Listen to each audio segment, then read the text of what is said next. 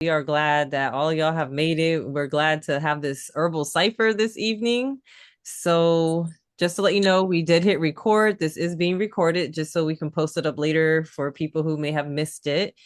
Um, so this is Herbalist Lounge October, and our topic is herbal preservation. Yes, herbal preservation. So, if you are new, of course, we ask you mute your mic when you're not speaking to eliminate background noise, but please, please, please feel free to speak, unmute yourself, utilize the chat because this is not a class and direct instruction. This is something where we all come together and we build, we cipher, we share our experiences, and we all add to the big old pot of herbal goodness. So, yes, all right.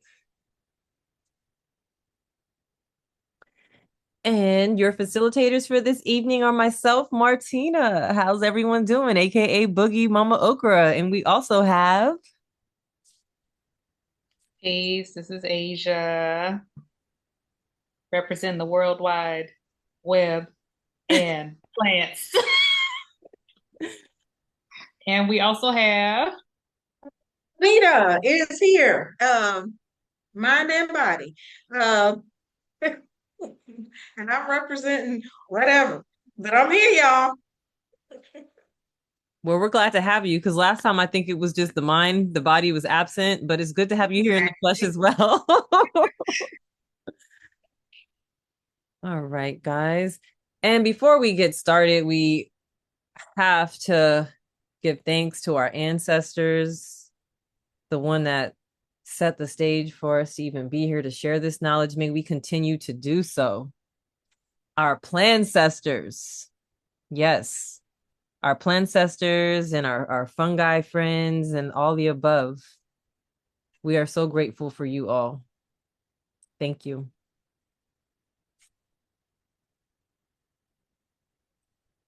All right, guys. So let's go ahead and jump into the build tonight.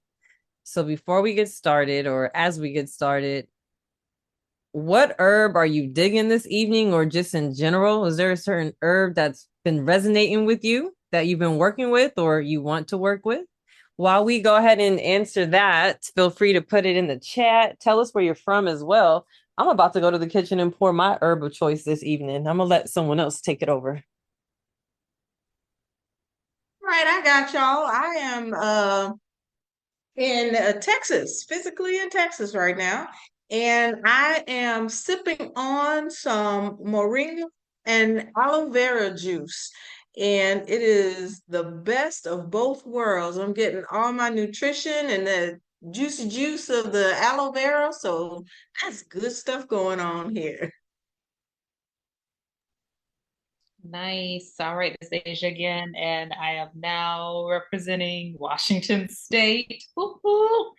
I am not drinking any herbs right now, but I'm using a ton of herbs because I'm making root vegetables. So, I'm putting all the Thanks. smoked paprika, salt, pepper, bay leaf, rosemary, uh, onion, and all that other good stuff in there. So, yes, I'm it's smelling good in your kitchen right about now, huh? it is. I'm loving it. Sahat says he's pine tapping into Prince drinks and pine cola. Are you talking real pine? Because I just found some and I wanted to know what to do with it. Let's see. Lovely Hines is in Hughes is in Virginia. I love making pine soda. Oh, all right. Tell me how you make pine soda. I'm ready for it. Okay, I've made it a couple different ways. The standard recipe is not as good as my doctored one. The standard recipe, it's just sugar, water, and the long stemmed pine needles from the white pine. Mm-hmm. Mm-hmm. So you put them into a glass bottle and it's got to have, a lid that seals tight so that Mm-hmm. carbonation can build. But the yeast on the pine needles feeds off of the sugar and Okay. it grows carbonation in the water. So you get a carbonated soda. And if So you you're don't have making any your own sugar, bug, right? you what? you're making your own bug, the yeast and sugar. Yeah, the Okay, never yeast mind. is naturally occurring on the pine needles. Go ahead. Good. That's And good. so it's just pine needles, water, and sugar. But I made some, the last time I made it, I used my honeysuckle syrup that I Hmm. made from the honeysuckles in Yaya's yard. And how long before it becomes wine? Or does it never get that far? It's not wine, it's like soda. It's carbonated. But if it Yeah, keeps fermenting, does it make alcohol? I don't know. That's a good question. Haven't tried that one yet. Okay, we'll No, I experiment. hadn't thought to try that. Okay, thanks. I'll let you know what happens with mine. I'm gonna experiment on it and see.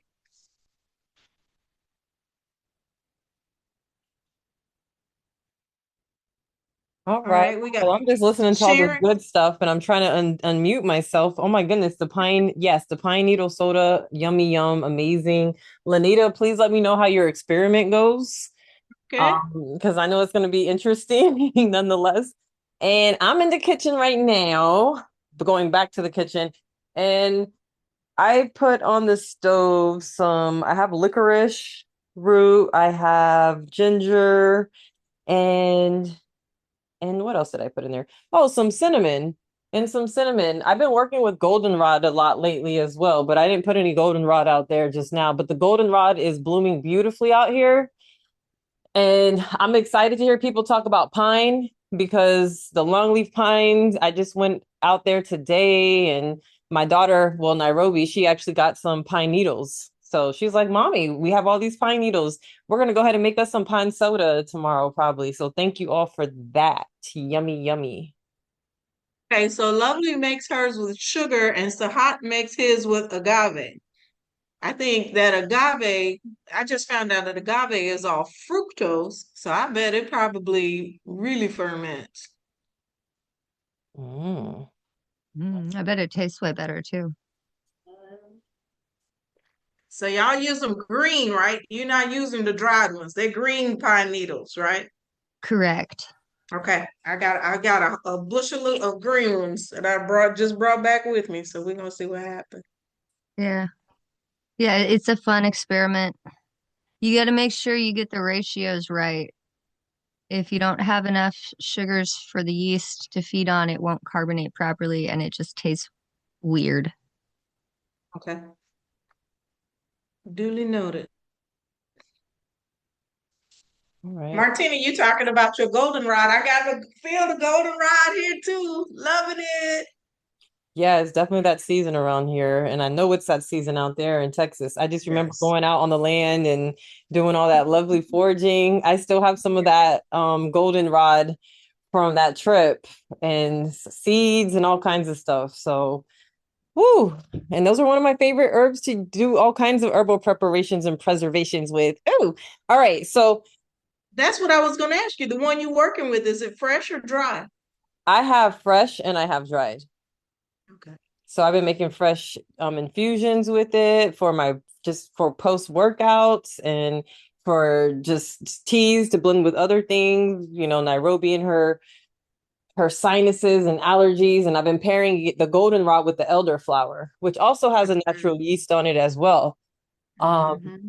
but a lot of the elder flowers that I have right now, the elder trees have a few blooms still going, but we'll see how it all goes. But we had like a lot of blooms this summer, a lot of blooms, but most of them are dried. My elder flowers are dried at this point. So yeah, To use your seed, save me some, please. absolutely. All right. Absolutely. Gotcha. All right. All right. Well, it looks like everyone kind of shared with what herb they're feeling right now. I saw something else pretty interesting in here, sumac and tulip tree. I really like that because tulip tree is one of my favorites just because of the shape of the leaves. It intrigued me as a child. So that would be my aunt has a tulip tree in her backyard. So it would be really cool to learn a lot more about healing properties of tulip tree and tying it into Asia, doctrine of signatures. Yes. Share one. Oh, please. Thank you. One, so we just discovered recently that a tulip tree, if you chew it up, which it tastes awful, it's definitely an astringent. If you chew it up and make a poultice, it will completely cure edema.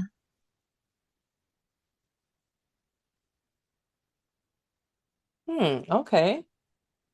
Uh, That's pretty Um, In fact, interesting. it was Sharon Murphy, who's here as well. She woke up with swelling one day and it just got worse and worse throughout the day.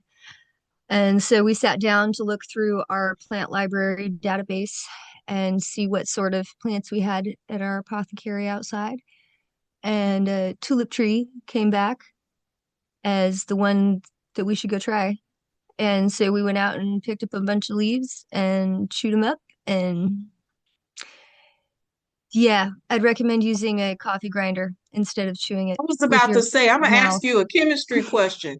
Is the maceration of the leaf, does it depend on the saliva, or could you macerate the leaf some other way? Could you have done that in a mortar and a pestle rather than putting it in your mouth? So it's a bit tough, and the mortar and pestle isn't going to cut it. But the Mhm. coffee grinder did seem to work just fine. We didn't notice a difference in the results. Okay. So if the saliva does affect it, it's not a noticeable amount. No, Because sometimes the saliva it activates. Sometimes the yes, saliva is what sometimes it's activates the plant. required. Yeah. Yeah, it does not seem to be required for this. Okay. Asia, what's that thing you have called the rock that you scrape on? Mocha choco, mocha. Mocajete. Yeah. If you grind the tulip in the, are you using leaves or bark? Those are the leaves to make the poultice. Okay, so if you're grinding the leaves and the bark in the rock thing in the molcajete, you think that would cut it up enough? I mean, if you've got a big weight muscle or like weight builder guy that's doing it and like leaning his body into it, I'm sure it would work. Well, we don't need a But it's, weightlifting guy. We can use Martina over here because I got y'all. You know what I'm saying? are you sure? I I can don't think use it's really the my practical approach. yeah. But I mean, honestly, I would probably so you're using mature leaves or young leaves in your case, in your scenario. I mean, you want the younger leaves, the youngest ones you can find. Okay, gotcha. Gotcha. But yeah, the older they are, the thicker they are, and the harder they are to mash. Okay, and now I'm gonna debate this one here. Not debating it. I'm curious. Healing properties of sumac. Now I can roll over all over in poison ivy and poison oak and have no effect. I even look at sumac and I'm just all broken out everywhere. So, what are the healing properties of sumac? Okay, so sumac treats diarrhea and all sorts of inflammation, Oh, such okay. as arthritis. So it's a treatment for rheumatoid arthritis. So you use the leaves on that and ingested them? No, we've been waiting for fall to harvest the Mhm. roots. The You roots. harvest the Okay. roots Well, in I the think here's fall. the deal, Lanita. You guys are probably talking about two different types of plants because the common, do Yeah. you have the scientific name or the Latin name? Because Uh-huh. there is a poisonous sumac, but then there's a different type of sumac that I can't. Yeah, there are multiple varieties. Right. So I think you're thinking about a completely different one, and we're just using common names here. So just like the Okay. whole dandelion in America versus dandelion in Jamaica, two completely different plants. But Right, I right. understand. Yeah, I don't think that's the same one she's using because with that, I'll probably have an intense breakout as well. Yeah, and I would be afraid to Yeah. take it internally and be like, whoa, we don't know what it's gonna wreak havoc on inside. Okay, well, I gotta look that up. That's some homework to do. Thanks. I believe Druids did use well, the staghorn sumac. Is that the same as the poisonous? Mhm. Oh, for sure. There's a lot of different uses with toxic herbs. It's just all in the way you apply it. So, a lot of No, traditional it's not. uses of different herbs. Now, some herbs I'm just staying away from and I see people using them traditionally and you just got to have experience with it, right? Hmm. Yeah, for sure. All right. So we're talking about a lot of different herbs right now. And we talked a little bit about what we're sipping on, but what is our most commonly used herbal preparation? Do we have a commonly used herbal and not necessarily preparation or way we like to preserve? Like, what are we doing on a day-to-day basis? Because I think for me, that really dictates what types of preservations I make. Does that make sense? So what are your Yeah. favorites or most commonly used? Lovely Hughes says tinctures. Okay, cool. I like drying my herbs, tying them up and drying it. Sometimes when you have a whole lot of them, they last a long time. Mhm. Sometimes a person like Martina comes to your house and call them decoration or potpourri, but they still work. You can dry them out and leave them a long time and they still work. They're still bold.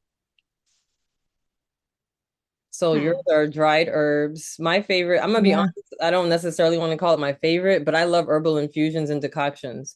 I make those Yes. all the time. I have tinctures on deck, but as I love my tinctures, I love my oils, but like I said, right now I'm sipping on an herbal infusion or decoction, and I have several decoction pots. So that's one of my most commonly used herbal preparation.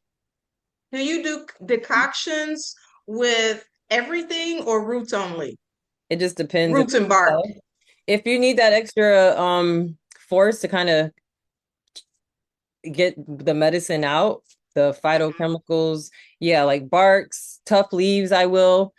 It all depends because some leaves are very delicate, some leaves are tougher, but I usually do a combination of decoction and infusion. What I'll do is if it's something where it's like a mixture of delicate plant parts, which can use like a really light infusion or a cold infusion where I like to let it soak overnight. I'll make the decoction first and then I'll add the delicate parts and let it soak overnight and do like the cold infusion. So, yeah. Yeah, cloves could be one of those too. Yeah, definitely. And you, a little goes a long way. I think we had to learn that a while ago. Yeah. Decoction or cold infusion on the cloves? I would go decoction, but I Yeah. mean, I like to make mouthwash and stuff with it. So Anything woody, barky, roots, kind of thick, that's kind of a decoction thing, right? Yep. Okay. I like to preserve my herbs in honey. That's one of my favorites. Mm. Because then, you can use it Good. later, wrap it in teas and stuff like that. So that is one of my favorites. And I can get it through the airport easier. I like that. You make me think of that lavender honey. Or bitter herbs and honey. What about that, Asia? Hmm. I can do that all day because, I love bitters when you combine them with honey. Absolutely. Sahat says tinctures, so it looks like tinctures are pretty popular. Okay. Little drippity drop drop here. All right, awesome. All right, so why don't we get into Martina, some different types of, Martina, yeah. when your kids were small, you said you were giving them, I don't know if it was garlic or onion syrup, like that you would keep to keep them from getting sick. Now, would that be considered a preservation or would that be considered as a preparation?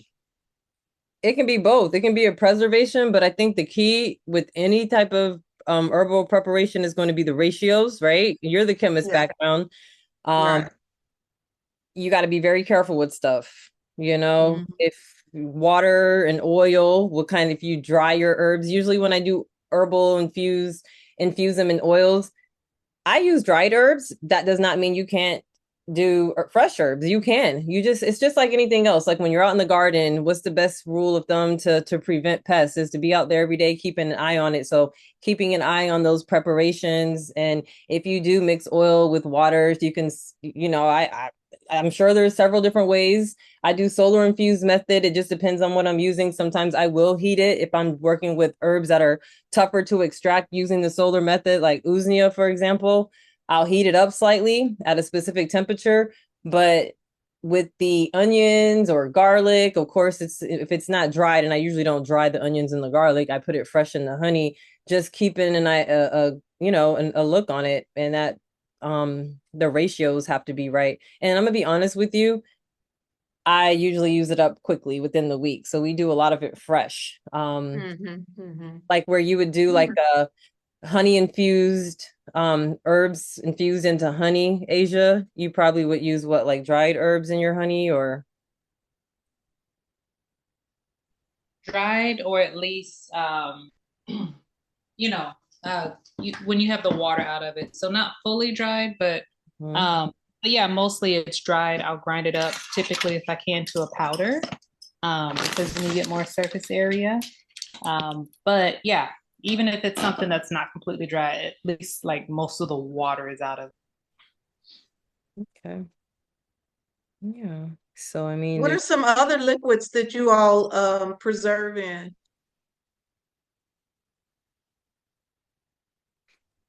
I like to make oils, especially with dandelion or plantain.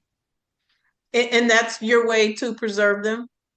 I mean, Yes. it keeps for a good while, So you infuse the oil. right? But does it keep for a while? How long will it keep? Do you have to use it up within a month or can you keep it No. 6 months, a year? Yeah, yeah. Use it No. within a year or two. Do you I use, usually make a new batch every year. Oh, I mean, I just learned the recipe, but I will be making a new batch every year for the rest of my life. do you put vitamin E in it? I haven't been. Oh, okay. Well, Um, I just use vitamin E as a preservation sometimes. So I was just, as a preservative sometimes for the yeah, oils. it is a good preservative. I For the haven't oils. been. That's a good idea. Okay. All right, cool. Thank you. So we got honey, we got oil. My favorite is rum. so is my ancestors. Mhm. Bourbon, The wild turkey. oils you can use to make salves Mhm. Yeah. or, shampoos or whatever. But like dandelion is the best thing I have ever found for bug bites. Mm. And dandelion and plantain seem to pretty much tie. And they're both everywhere. And you make the You're in where? infused Virginia? oil. What's your favorite oil to infuse them in? My favorite is olive oil. Same. Yeah, I like it because I find it doesn't go rancid after having them like for up to a year. Most of my oils that are infused, I use them for like salves, but you can use Same. it for culinary purposes as well. The only time I can say I will use different types of oils, like if I'm using it for my face, I like almond oils and I like all oils, let's just face it. But the most commonly used oil that I use is olive oil. Um, oh, My what's that favorite one? oil is avocado oil Roast because, oil. Oh, yeah, Olive, the avocado, coconut tie for me. yeah, avocado oil, I like the touch of it, especially if I use some of my preparations when I'm doing Reiki. And so if you're putting it on someone's body, it's very gentle. Or when I'm doing reflexology, I'll use the avocado oil prep. And that's because the avocado feels really good on the skin. And it's not oily. It's light, almost like grapeseed, but it's heavier than grapeseed oil. And it just feels real good. nice. Okay, I like butter too. I'm just saying. Or Mm. Lanita, like not bitters, butter. Uh Lanita, I would imagine, have you like infused herbs in ghee? Oh yeah. I know Mm. I have Asia. And I think about Lanita every time. Every time. I'm trying to think if I did that on purpose or not. I know I use ghee for everything. Oh, yeah, no, Asia. I have not tried ghee. I've used shea butter. I use shea butter and everything, but not ghee. That's a good idea though. Thanks. I was staring at that ghee in the grocery store the other day, thinking about you, Lanita. Just one. Hey, ghee is right up there. It's next to breast milk. Ghee is good for everything. Mm-hmm. Definitely learned that one from you. So it looks like you're gonna have to get some ghee infused herbs, some herbal infused ghee. I mean, I have it backwards, but you know what I mean. Yeah, Asia butters. Like I was just thinking about different type of culinary preservations. You let your food be your medicine, right? A lot of good stuff. Yeah, so hot. You got to tap into that ghee energy, that ghee energy. Lanita, share your favorite one of your favorite ways to use ghee with the eyes, which I can testify that it's one of the best things for strained eyes, strained eyes. And it's very simple, right?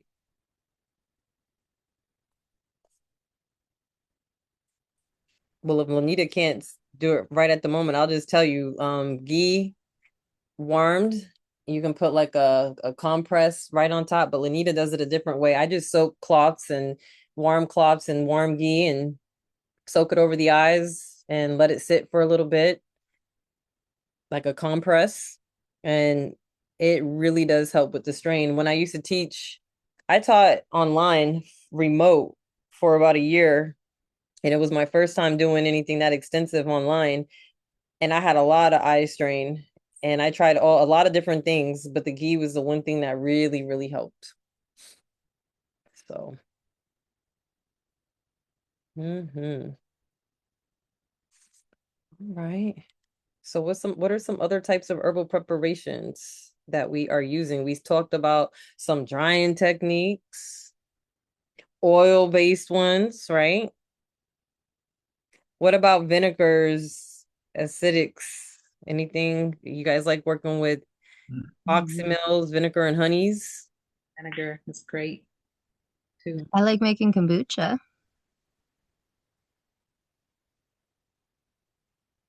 Yeah, I like kombucha. You can end up with vinegars if you're not careful. I personally never made kombucha myself though, but I do like kombucha. I haven't anywhere near as much as I want to. Kimchi.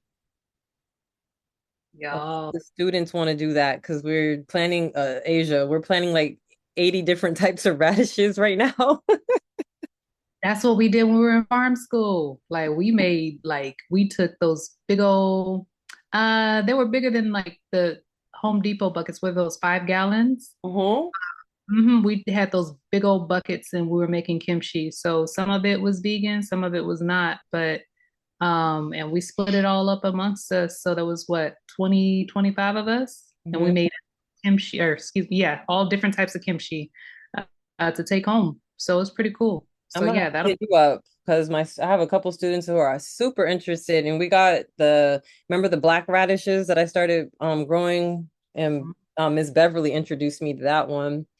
But I just there's you probably already know there's so many different types. So yeah, I wanna if you still have them, I would love to get some recipes and do some type of facilitation with the students. That'll be super cool I have them written down somewhere. I'll share them. because I have never made kimchi. Yum yum.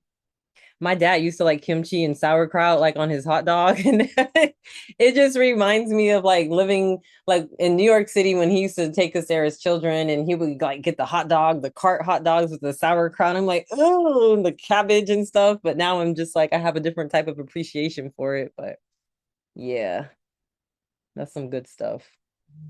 It's so good. Oh yeah, I was eating kimchi on all kind of stuff that you wouldn't even think. I'd be like, let's put some kimchi on this salad. Yes. Really?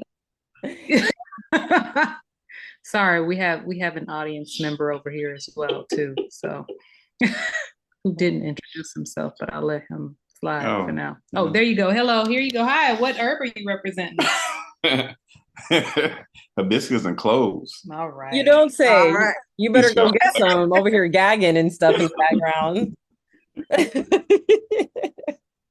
Send you some white hibiscus and give you something to, switch up just a little bit. We ain't gonna change you too far, of course, but you're gonna try some white hibiscus. See how that make you feel. okay.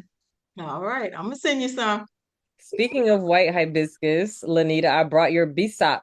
So I got your BSOP and we are We've been planting. I know it's kind of late in the season, but they're gonna Yeah, be just fine. They'll be just fine, believe me. They germinate so fast and they pop up quickly. yeah. So I'm interested to see what colors they have this year, and that'll be interesting for the students. We started them in the greenhouse, so they're already it was probably like a week ago or a week and some change. And they're already So this, big. They're this ready is to the be put good in the thing. ground. This is the good thing about bee stop. You can eat the leaves. You ain't gotta wait for the flowers because you know the bee stop has two different segments, and you take those leaves off, and you can use them fresh or Mhm. dry. And those white bee stop leaves are really tangy. I mean, they are really good if you want to make something citrusy flavored. And speaking of herbal preservation, Lanita, I always thinking about your Senegalese recipes with the hibiscus leaves and stuff. Those sauces Hmm. that you talk about, those are Hmm. delicious. And I know you can like freeze those and make stocks out of them, like Hmm. just have them. So I'm getting with Asia about the kimchi. I'm getting with you about different ways to work with the leaves and preservation because I have a whole food science unit that we're gonna have to go through. And we got the bee sip on deck Okay. and we got the radishes. And we're gonna go ahead and bring that Senegalese flavor over here to Florida. Okay. All right. Hmm. Nice. Okay. That's good. Well, I'm ready for you. You got your peanut butter and your hibiscus, your buoy, all of that. We're ready. Yeah, we'll be growing peanuts too. So listen, all the above. And I know Okay. you had some experience with putting those down. Speaking of peanuts, and moringa, Phil was telling me a way that they would preserve the moringa when he was in Haiti was they would do the peanuts mixed powdered with, and sometimes I guess they would make a butter out of it, which is a herbal preservation in a Hmm. sense, with the moringa infused into it. That's what he told me they were doing. Hmm. So, and then I think I called you that day and you were like, did you ever do it with the peanuts? Infusing moringa leaf into the peanut butter? Peanut powder. Peanut powder. Yeah. I Yeah. can't. So, in Africa, and I've actually found it here too. They will powder the peanuts, and you can get peanut butter powder. And so that really is a great way to preserve the peanuts. And it is a good way to cook with it because I'm telling you, that makes the best gravy on the rice. You put some onions and that peanut butter powder in that rice, and ooh, you slap your mama good. It is really good. And that can last. That's why they powdered the peanuts there because it lasts much longer than, the butter. It can't go rancid. It doesn't have that oil because they just make it into the powder. I mean, they just powder the peanuts themselves. So that's a great way to preserve peanuts. And But herbal peanut butter butter. and moringa, I Yeah. haven't tried it yet. Hmm. Yeah, that sounds good. Now you got me hungry. I'm thinking about like herbal paste, like pestos Hmm. and just all kinds of stuff. We can make our own pestos out of the hibiscus leaves. Like I'm just saying. I just read that, and also for any of y'all that are growing sweet potatoes right now, you can make pesto out of sweet potato leaves. If you need a recipe, I got it. Let me see if I can pull it up and put it in the chat. Nice. Okay. So I'm about to go left field because when you mentioned peanuts, I'm thinking about us making the peanut stew. And then we went outside and we started doing using the incense sticks or just to get a vibe. Like that's another way to preserve plants to do smudges and incense. I really, really love your incense. And I love the fact that you use things like rabbit tobacco and things that just are accessible on your land. Um, can you tell me, and if anyone else is interested, which I'm sure, what's like a basic way to make your herbal incense? How do you do yours, if you don't mind sharing that? With the rabbit tobacco, um, I dried the rabbit tobacco and I cheated. I speed dried it and put it in the oven. And you make sure that you don't put the oven above 160, between 160 and 180 degrees. And that dehydrates it and doesn't cook it, doesn't burn it. So just dried it out in the oven and then uh, powdered it, and infused it into oil. And you can use whatever oil you like. I like using olive oil because you're going to infuse at a low temperature. It doesn't get too hot. And then after you infuse it to the oil, when you have your incense sticks, you roll it in the oil and then you let the incense sticks dry. And then that way you have the infused oil in the wooden incense sticks. So when you burn it, you get the rabbit tobacco. And I've had a lot of good feedback on the rabbit tobacco, using the rabbit tobacco for what did this guy have? Emphysema, for congestion, and that rabbit tobacco opens up the chest and helps with the breathing. So just making it into powdering it, infusing it into the oil, and then doing it that way. I imagine you could do it without drying it, infuse it in the oil like you do a tea leaf, but I don't know. I just felt better drying it first and then putting it in the oil. But either way, infuse it in the oil and then use the oil to make your incense. You know, you just made me think of Lanita. Hmm. Speaking of pines, you know what I love about the pine more than anything else. I mean, I love every aspect of the pine, the longleaf pines, which are native out here. But the resin is so, oh, and I just burn the resin straight on charcoal, like I would my frankincense and myrrh or copal. And I'm gonna try to go ahead and I have some dried resin. I'm gonna powder it and I'm gonna Hmm. sit in this oil and I'm gonna go make some incense and do some different things. I think it's time to step out and a little exploration with my pine resin and gums and stuff. So, And I think that pine incense would really be healing. I oh, can only imagine. it's so healing. Even if you don't put it in Mhm. an incense, my fingers be sticky all the time. Like, oh, it's just it's like a spiritual healer for me. I love it. Mhm. Whew. Yeah, but I'm gonna go ahead and try to make some and I'll keep you posted. But you can continue making me rabbit tobacco. I would appreciate that. So, We got a plethora of it. It's coming up now. It's the rabbit tobacco season. As it gets a little bit cooler, the rabbit tobacco comes up. mm-hmm. Or another name for that, for anybody that may know it by another name, it's called Life Everlasting.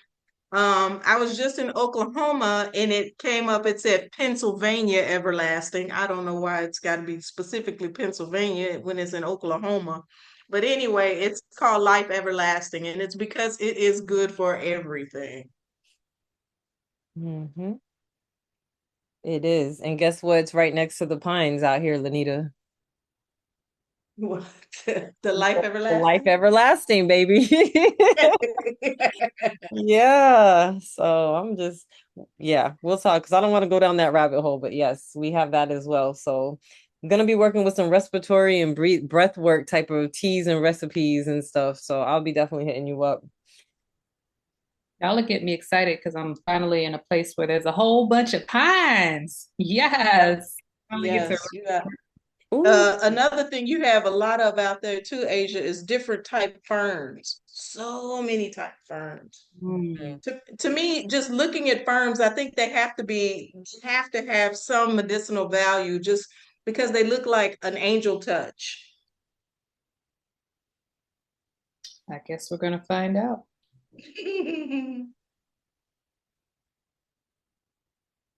That mischievous Okay. laugh you have, Lanita. I'm like, what are you sipping on again? I'm about to go get me some of that. So, That was moringa and aloe vera, and it was good. Um, okay. so hot, I'm gonna be in your neck of the woods soon too. So if you got some good ideas, just hold them for me. I'm gonna be there, and I'll pick your brain when I get there.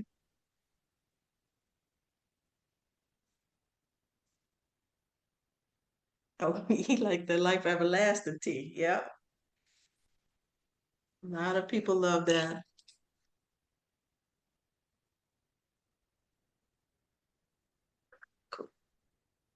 Nice.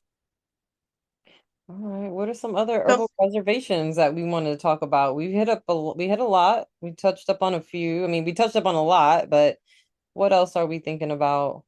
Okay, so I don't know about you guys, but I know Asia and Martina, you have seen the effects. So I'm gonna give this little one. Neem. I live in Senegal, and in Senegal, they have decorated the streets with neem trees. And so because they are on, the city or public property, the electric company comes through and periodically trims the neem trees from the wires. So you have all of this neem already cut for you laying down on the ground. So I just go over to the neighbors and say, "Hey, can I clean up your yard for you?" And they say, "Yeah." So I get all their neem leaves, let them dry, put them in a wagon that's made kind of like out of wire. I mean, made like out of a mesh. And I let them dry in the wagon. And then I pound them and powder them. And once you've powdered them, if you keep them in an airtight container, they can last indefinitely. But for me, the potency starts to decrease after a year and a half. So no more than 2 years would I use my dried powders, but the powders can last indefinitely. It doesn't go bad, but it's not going to be as strong. And so I use that neem powder on my plants. I use it on my pets. I mix the neem powder with aloe vera gel and make an aloe vera fascia. I mean, not an aloe vera. I mean a neem mask, face mask. Your skin comes out beautiful after that. So, powdering is another way that I do to preserve a lot of my plants. Nice. So speaking of, you mentioned something that's so important. We're talking about herbal preservation. There's a lot of different ways to preserve, but this, no matter what way we're talking about, this keeps coming up in every conversation. And that's kind of like things to look out for, right?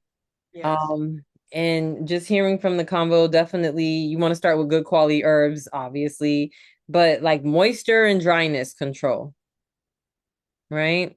Simple Mm-hmm. stuff, but it be the simple things that make things go wrong. You know what I mean? Mm-hmm. The light, the air and temperature, things like that. So anything else you can think of that you have to be mindful of? I mean, those are pretty basic, but pretty important. Temperature, moisture, pests.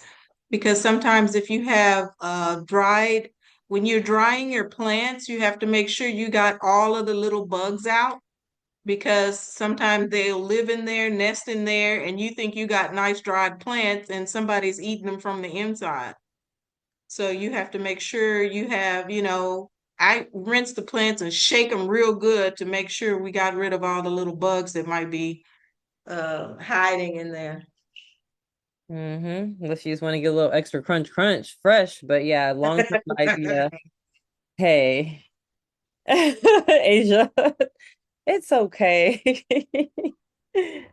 You have a good product, and then it's like they them bugs are like, haha, surprise. And then I'm gonna be like, So I got the last laugh here, crunch, shoot, but we're over Protein. here doing this black soldier fly farming, and I'm hey, I'm not gonna say I wouldn't eat an insect, but I respect all life, Asia. If it's gonna make me cry though. But yeah, we want to be ethical in our harvesting too, right? Making sure we're being mindful of everything. But yeah, Yeah, for sure. I'm watching too much anime where bugs are like the enemy right now, Asia. So you can don't mind me right now.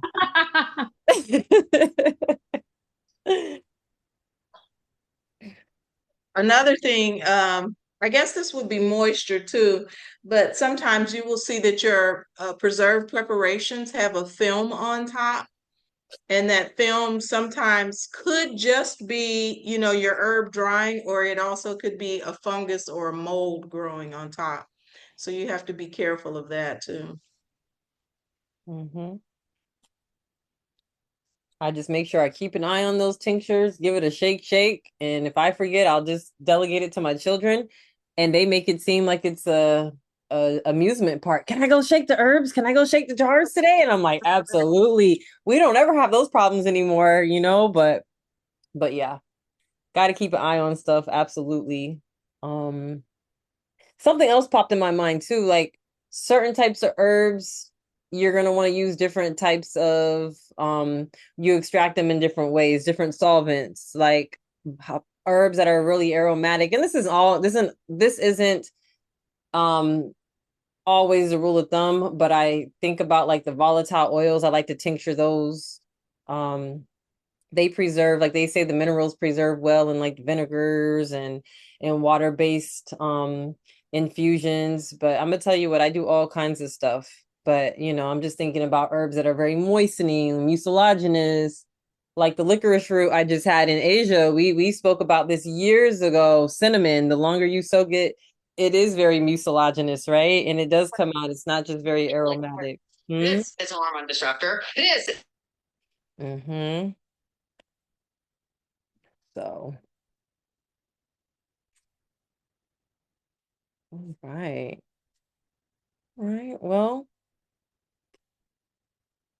good conversation.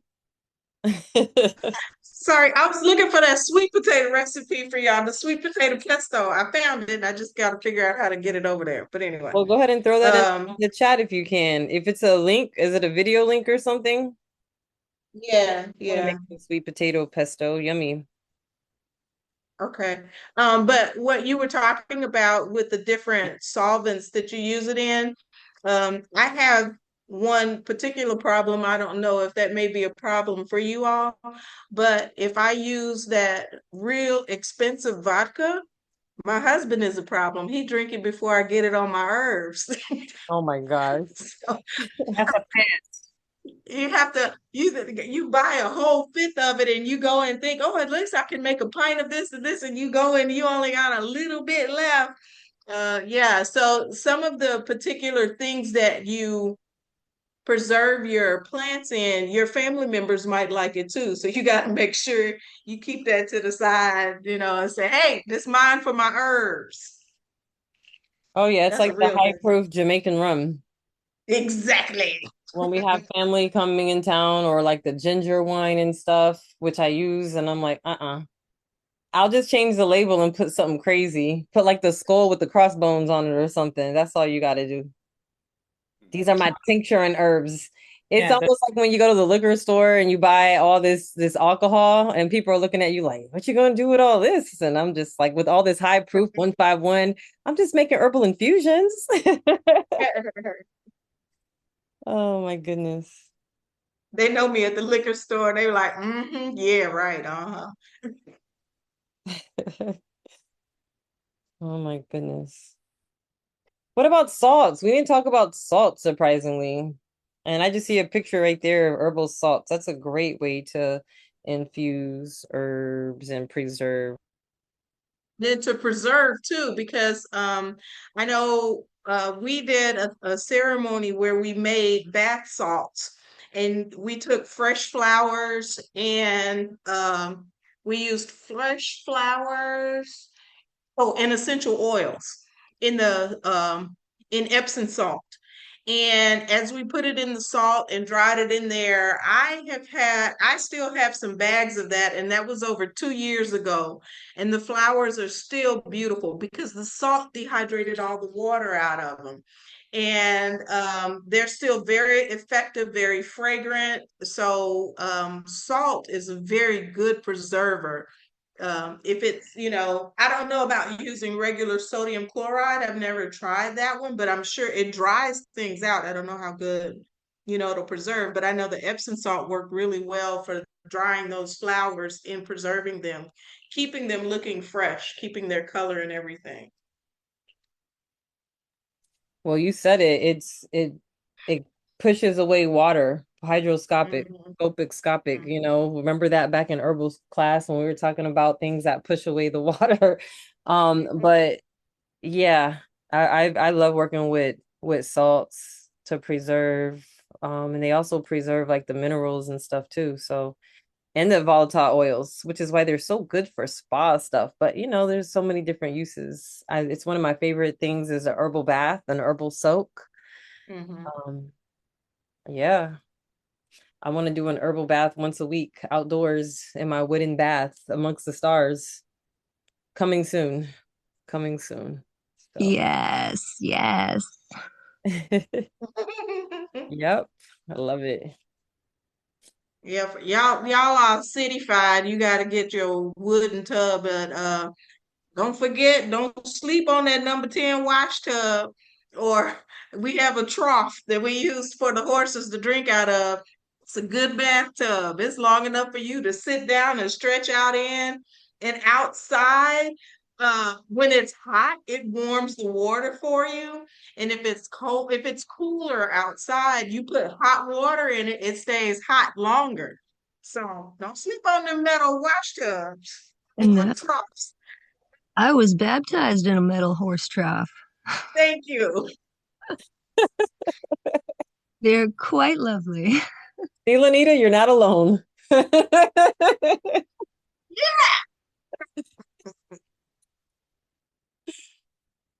Oh my goodness, I love it. All right.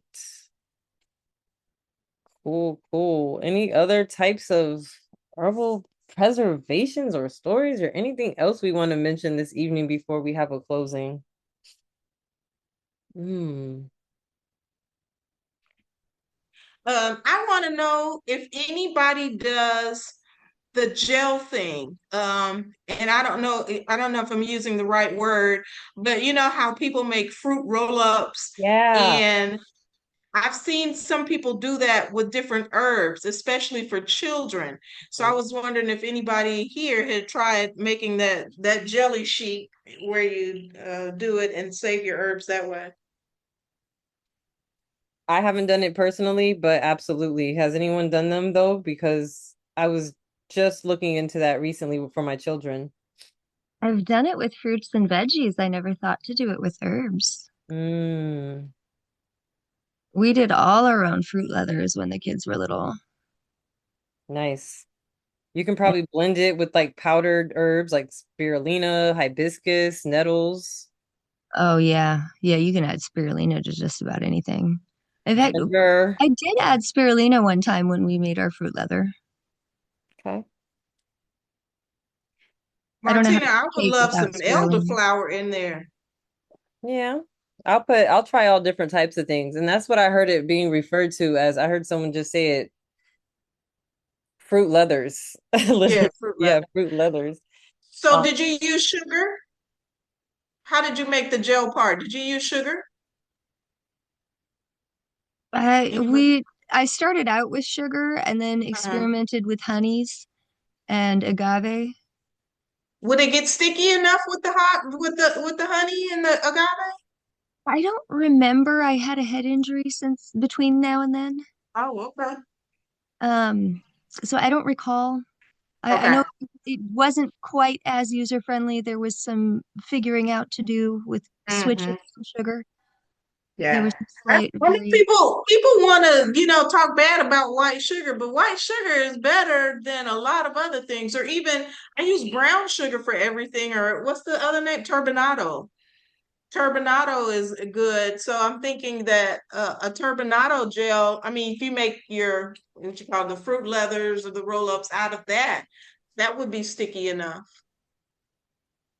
Maybe. We're gonna have to try that. We're gonna come back and report next time what happened with our fruit roll-ups Yeah. or herbal roll-ups. Grandbabies to make them for now. I gotta start figuring this out. yeah, you got to get on top of it because Yeah. I need to make some more ginger candies. One of my friends' daughters is started a whole ginger candy business, and she just started selling them at the local farmers market, and now it's just like going crazy, and people can't stop ordering enough of them, and they're delicious. Oh my Can God. I have the recipe? I I listen, never thought to make my own ginger candies. That's brilliant. I think about it all the time because I'm always buying them from places. I love ginger. Yeah, Yeah. me too. Mm-hmm. I just saw a recipe. A lady was making her own cough drops. She made the same thing and she put them like in little candy molds. Now that sounds And good. I think I saved that too. If I'm still trying to get the sweet potatoes over here, let me get that one. Then I'll find the cough drop recipe too. That Herbal might be remedies sound good used. overall. Yeah. What about the one Yeah. for digestion post meals and stuff? What is using like we always talk about it. My mind just Fennel, yeah, like fennel. fennel and Mhm. licorice. I know Asia's not a big fan of the licorice flavor, but oh, I love No, it. no, licorice. I was just going through my herbs and pulled out some licorice. I have it, but it's not my favorite. But go ahead. Oh, what about bitter candies? I would get like the most bitter thing, bitterwood or gentian, Wormwood, some wormwood. wormwood. Ooh, wormwood Yeah. candies. Here you go, children. I'm gonna start that and make it popular. Does anybody remember the Harry Potter's Burt's Beans? And they had Yes. booger flavor. Ew. Yeah. It was the jelly beans, and then you got all good ones, and then sometimes you get a real ugh one in there. Yeah. Yeah, like the popcorn flavor. That's disgusting. I don't know what that was about, but That was one of my favorites. no comment. No. The earwax flavor one, though, I could do without Yes, that one. yes, that was That nasty. was, yeah, See now, my little one would like stuff like that. She's into all that weird. Oh, it's disgusting. Even better, Lanita. We got to get her yeah. jelly beans. My Those son loved the vomit flavored ones the best. Oh, oh, I like the booger flavored ones too, because the booger flavor they were supposed to be like salt and snot, so they were like slimy and salty. I all like right, the all booger. right. Listen, we're gonna post this on YouTube, and then when people chime in at this like hour, at this minute, they're gonna hear this conversation. Like it's not the booger flavor, throw up flavor. They're gonna be like, "What is Herbalist Lounge about?" Okay, so Well, if you do have a runny nose, elderflower is great for that, okay? And maybe mhm. some tulip leaf because they're astringent. And yeah, learning different things. All right. Ugh, I had an appetite. Now I don't. Thank you very much. You Goodness. don't need booger flavored jelly Oh, beans? no, not at all. I'm good. Thank you guys. Earwax? All right. Good times, good times. Okay, I'm muting myself because I'm getting on the other thing so I can try to put this recipe over there. That is totally fine. I think it's time for us to kind of wrap this up anyways. So unless something pops into someone's mind, please feel free. But I'm gonna go ahead and transition to upcoming events. If anybody has any upcoming events that they would like to share or happening, yeah, please feel free. You can unmute yourself, talk about it, throw a link or any type of information in the chat. Please feel free to share right now. Wednesday, October 15th at Recipe Oak Cliff. It's a vegan restaurant in Dallas. And I will be doing a cooking, well, a taste testing cooking experience class with the items that I grow from Senegal. So it'll be Senegalese cooking. I'll be making ingala, I will be making la, I'll be making zobo, and which is hibiscus, I'm sorry, hibiscus, moringa, bui, and peanut butter sauce. And so these are different things that I will be making. I don't know before we did it with the Zoom call, if it is possible to get in with Zoom, I will make sure that I post that information so that and put it on our Herbalist Lounge page. So if you are not in the Dallas area, you may be able to join in via internet. And Okay. it cut off in the beginning, Lanita. It's October, you said the 15th, this Wednesday? Yeah, this Wednesday from Oh, 6 to 8 p.m. 6 to 8 p.m. Uh-huh. Cool. 6 And it's Central Time, right? Is it Central Standard? Central. Okay, so Yeah, I'm in it'll be Central time 7 for zone. me. And it's Okay. Recipe Oak Cliff is the name of the restaurant. Yeah, please let me know if you can set up a Zoom, even if you Okay, just sure put your will. tablet up and we can hear like or see it. And I would love Okay. to learn how to make that sauce and just see it in action. That would be really cool. So, Okay. all right, awesome. I would love to share the event with friends who are in the Dallas area. I'm in Virginia, but I have a few friends in that area who may enjoy attending your event in person if Okay. I could get the event info to share with them. Where do I find that? Lanita, are you able to post it in the chat right now? Hold on, she's muted, so we'll see. We get that information. Thank I'm you. talking on the one and then oh, so I'm trying to unmute. Oh, there it is. It let me unmute myself. All right, can you hear me now? Yes. Yeah. Okay, so good. Yes, I am typing that in the chat, and I will at least put the information that I have on there. And like I said, I will find out tomorrow if we're gonna do Zoom, and then I get that Zoom information and post it up too. So typing now. Awesome. If I know some people out in Dallas too, I'm gonna send them your way, Lanita, on Wednesday evening. So Okay. yeah. Okay. All right. Any other things going on that anyone wants to share? If not, it's cool, but feel free to share, throw it in the chat. I'm gonna go on to the next page here. All right. So, Herbalist Lounge YouTube channel, feel free to definitely subscribe to that. All of our Herbalist Lounge ciphers and gatherings every second Monday of the month can be found on our YouTube channel. It's real simple. It's pretty much all of our social media handles, Instagram, Facebook, and YouTube are at Herbalist Lounge. At Herbalist Lounge. But definitely please subscribe. Asia put it in the chat. Share it with a friend. There's all kinds of different videos on the YouTube channel. Like I said, not, our recording. So if you missed it, you can go back to it and listen to it. We have other types of videos as well, like Lanita's rose facial treatment or beauty berry simple syrup, and just a bunch of good stuff from all of our three regions. We call ourselves the Three Spice Sisters. And one thing that I love about the Three Spice Sisters is we are always like, we represent the world town, but we're always in different locations and we kind of share with one another what's growing in our neighborhood, what are the unique ecosystems and herbs and fungi allies, etc. So we can just all come together. All right. And speaking of which, we have a kitchen medicine making workshop that is something for purchase online. It was a 2-day live virtual workshop that we held on back in September of 2022. It has a workbook, and we had a really good time on this 2-day virtual workshop. We covered so many different types of kitchen medicine making recipes. I mean, all the way from herbal popsicles and applications of that, mushroom broths, medicinal mushroom broths, bitters, syrups, and compost, compresses, liniments, things, everything you can imagine, but with ingredients you may not commonly think of. Sorry. Uh-oh. Lenita.